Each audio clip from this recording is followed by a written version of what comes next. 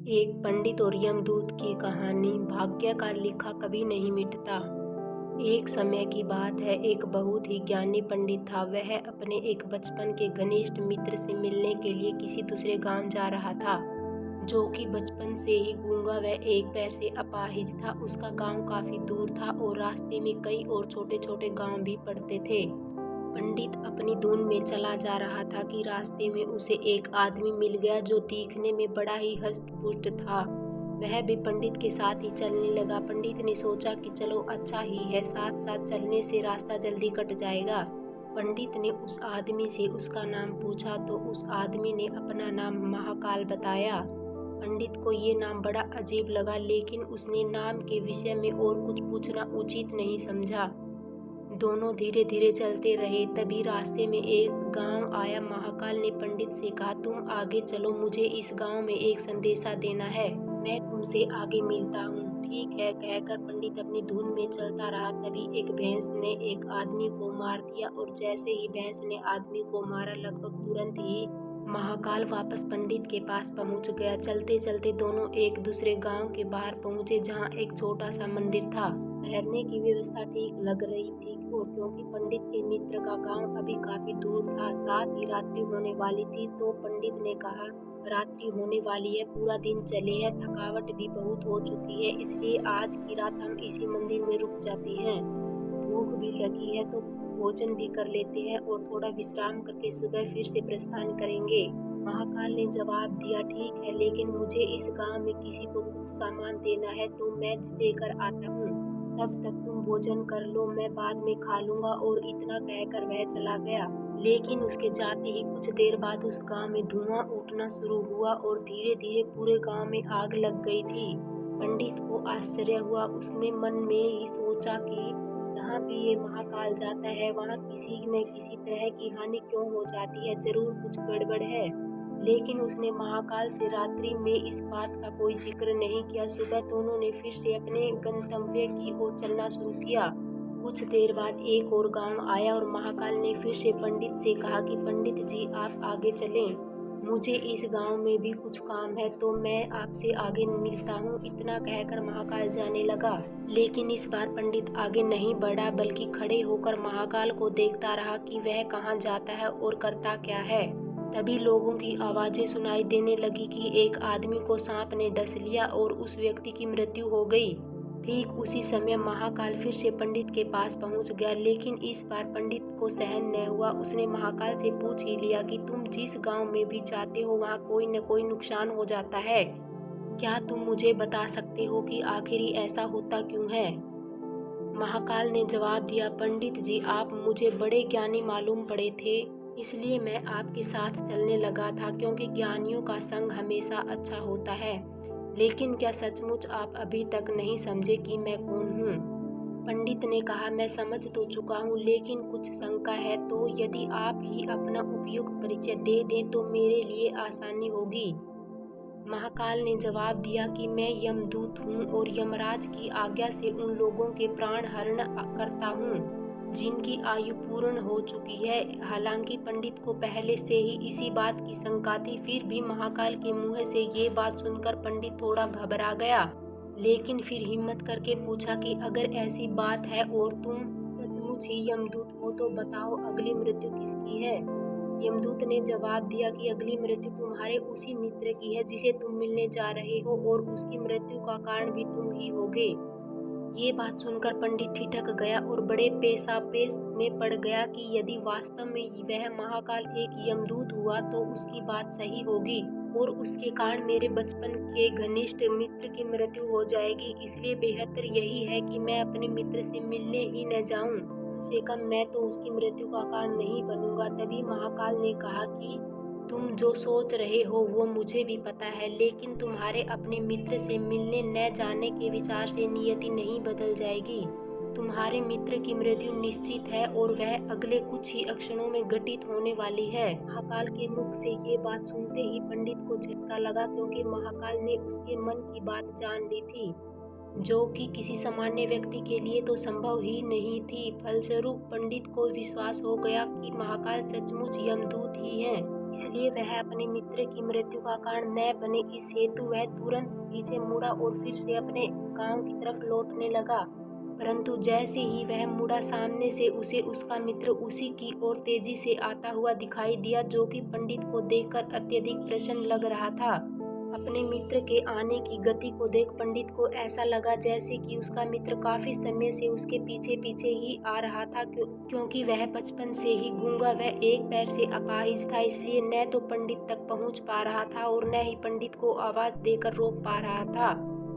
लेकिन जैसे ही वह पंडित के पास पहुंचा, अचानक न जाने क्या हुआ और उसकी मृत्यु हो गई। पंडित हक्का बक्का सा आश्चर्य भरी नजरों से महाकाल की ओर देखने लगा, जैसे कि पूछ रहा हो कि आखिर हुआ क्या है इसके मित्र को। महाकाल पंडित के मन की बात समझ गया और बोला कि तुम्हारा मित्र पिछले गांव से ही तुम्हारे पीछे पीछे आ रहा था, लेकिन तुम समझ ही सकते हो कि वह अपाहिज व गूंगा होने की वजह से ही तुम तक नहीं पहुंच सका। उसने अपनी सारी ताकत लगाकर तुम तक पहुंचने की कोशिश की, लेकिन बुढ़ापे में बचपन जैसी शक्ति नहीं होती शरीर में, इसलिए हृदयाघात की वजह से तुम्हारे मित्र की मृत्यु हो गई। और उसकी वजह हो तुम, क्योंकि वह तुमसे मिलने के लिए, तुम तक पहुंचने के लिए ही अपनी सीमाओं को लांघते हुए तुम्हारे पीछे भाग रहा था। अब पंडित को पूरी तरह से विश्वास हो गया कि महाकाल सचमुच ही यमदूत हैं और जीवों के प्राण हरण करना ही उनका काम है, क्योंकि पंडित एक ज्ञानी व्यक्ति था और जानता था कि मृत्यु पर किसी का कोई बस नहीं चल सकता, वह सभी को एक न एक दिन मरना ही है। इसलिए उसने जल्दी ही अपने आप को संभाल लिया, लेकिन सहसा ही उसके मन में अपनी स्वयं की मृत्यु के बारे में जानने की उत्सुकता हुई। इसलिए उसने महाकाल से पूछा, अगर मृत्यु मेरे मित्र की होनी थी तो तुम शुरू से ही मेरे साथ क्यों चल रहे थे? महाकाल ने जवाब दिया, मैं तो सभी के साथ चलता हूँ और हर अक्षण चलता रहता हूँ, केवल लोग मुझे पहचान नहीं पाते, क्योंकि लोगों के पास अपनी समस्याओं के अलावा किसी और व्यक्ति, वस्तु या घटना के संदर्भ में सोचने या उसे देखने समझने का समय नहीं है। पंडित ने आगे पूछा, तो क्या तुम बता सकते हो कि मेरी मृत्यु कब और कैसे होगी? महाकाल ने कहा, हालांकि किसी भी सामान्य जीव के लिए ये जानना उपयुक्त नहीं है, क्योंकि कोई भी जीव अपनी मृत्यु के संदर्भ में जानकर व्यथित ही होता है, लेकिन तुम ज्ञानी व्यक्ति हो और अपने मित्र की मृत्यु को जितनी आसानी से तुमने स्वीकार कर लिया है, उसे देख मुझे ये लगता है कि तुम अपनी मृत्यु के बारे में जानकर भी व्यथित नहीं होंगे। तो तुम्हारी मृत्यु आज से ठीक 6 माह बाद आज ही के दिन, लेकिन किसी दूसरे राजा के राज्य में फांसी लगने से होगी। और आश्चर्य की बात ये है कि तुम स्वयं खुशी से फांसी को स्वीकार करोगे। इतना कहकर महाकाल जाने लगा, क्योंकि अब उसके पास पंडित के साथ चलते रहने का कोई कारण नहीं था। पंडित ने अपने मित्र का यथास्थिति जो भी कर्मकांड संभव था किया और फिर से अपने गांव लौट आया। लेकिन कोई व्यक्ति चाहे जितना भी ज्ञानी क्यों न हो, अपनी मृत्यु के संदर्भ में जानने के बाद कुछ तो व्यतीत होता ही है और उस मृत्यु से बचने के लिए कुछ न कुछ तो करना ही है। तो पंडित ने भी किया। चूंकि पंडित विद्वान था, इसलिए उसकी ख्याति उसके राज्य के राजा तक थी। उसने सोचा कि राजा के पास तो कई ज्ञानी मंत्री होते हैं और वे उसकी इस मृत्यु से संबंधित समस्या का भी कोई न कोई समाधान तो निकाल ही देंगे। इसलिए वह पंडित राजा के दरबार में पहुंचा और राजा को सारी बात बताई। राजा ने पंडित की समस्या को अपने मंत्रियों के साथ बांटा और उनसे सलाह मांगी। अंत में सभी की सलाह से ये तय हुआ कि यदि पंडित की बात सही है तो जरूर उसकी मृत्यु 6 महीने बाद होगी, लेकिन मृत्यु तब होगी जबकि वह किसी दूसरे राज्य में जाएगा। यदि वह किसी दूसरे राज्य में जाए ही न तो मृत्यु नहीं होगी। ये सलाह राजा को भी उपयुक्त लगी, तो उसने पंडित के लिए महल में ही रहने के लिए उपयुक्त व्यवस्था करवा दी। अब राजा की आज्ञा के बिना कोई भी व्यक्ति उस पंडित से नहीं मिल सकता था, लेकिन स्वयं पंडित कहीं भी आ जा सकता था, ताकि उसे ये न लगे कि वह राजा की कैद में है। हालांकि वह स्वयं ही डर के मारे कहीं आता जाता नहीं था। धीरे धीरे पंडित की मृत्यु का समय नजदीक आने लगा और आखिरी वह दिन भी आ गया जब पंडित की मृत्यु होनी थी। तो जिस दिन पंडित की मृत्यु होनी थी, उससे पिछली रात पंडित डर के मारे जल्दी ही सो गया, ताकि जल्दी से जल्दी वह रात और अगला दिन बीत जाए और उसकी मृत्यु टल जाए। लेकिन स्वयं पंडित को नींद में चलने की बीमारी थी और इस बीमारी के बारे में वह स्वयं भी नहीं जानता था। इसलिए राजा या किसी और से इस बीमारी का जिक्र करने अथवा किसी चिकित्सक से इस बीमारी का इलाज करवाने का तो प्रश्न ही नहीं था। क्योंकि पंडित अपनी मृत्यु को लेकर बहुत चिंतित था।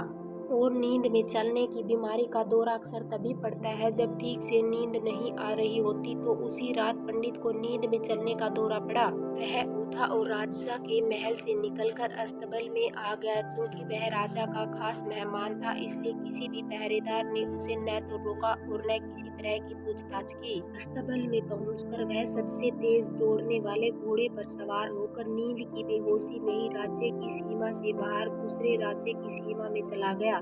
इतना ही नहीं, वह दूसरे राज्य के राजा के महल में पहुंच गया और संयोग हुआ कि उस महल में भी किसी पहरेदार ने उसे नहीं रोका, न ही कोई पूछताछ की, क्योंकि सभी लोग रात के अंतिम पहर की गहरी नींद में थे। वह पंडित सीधे राजा के शयन कक्ष में पहुंच गया। रानी के एक ओर उस राज्य का राजा सो रहा था, दूसरी ओर स्वयं पंडित जाकर लेट गया। सुबह हुई तो राजा ने पंडित को रानी की बगल में सोया हुआ देखा। राजा बहुत क्रोधित हुआ। पंडित को गिरफ्तार कर लिया गया। पंडित को तो खुद ही समझ में ही नहीं आ रहा था कि वह आखिर दूसरे राज्य में और सीधे राजा के ही शयन कक्ष में कैसे पहुंच गया। लेकिन वहां उसकी सुनने वाला कौन था? राजा ने पंडित को राज दरबार में हाजिर करने का हुक्म दिया। कुछ समय बाद राजा का दरबार लगा, जहां राजा ने पंडित को देखा और देखते ही इतना क्रोधित हुआ कि पंडित को फांसी पर चढ़ा दिए जाने का फरमान सुना दिया। फांसी की सजा सुनकर पंडित कांप गया। फिर भी हिम्मत कर उसने राजा से कहा कि महाराज, मैं नहीं जानता कि मैं इस राज्य में कैसे पहुंचा। मैं ये भी नहीं जानता कि मैं आपके शयन कक्ष में कैसे आ गया और आपके राज्य के किसी भी पहरेदार ने मुझे रोका क्यों नहीं।